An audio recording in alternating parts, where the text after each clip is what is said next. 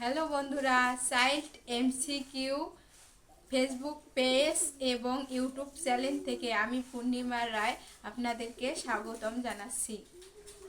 আমি আজকে এই বাচ্চাটিকে কিছু প্রশ্ন করব, আপনারা সবাই আমাদের পাশে থাকবেন। বাবু, তোমার নাম কি? দীপঙ্কর রায় দীপক। তুমি কোন শ্রেণীতে পড়ো? আমি তৃতীয় শ্রেণীতে পড়ি। কে তুমি? Who are you? কেমন আছো তুমি? How are you? তোমার নাম কি? আমি আস্তে আস্তে লিখি। I write slow. আমি রাতে পড়ি। I read at night.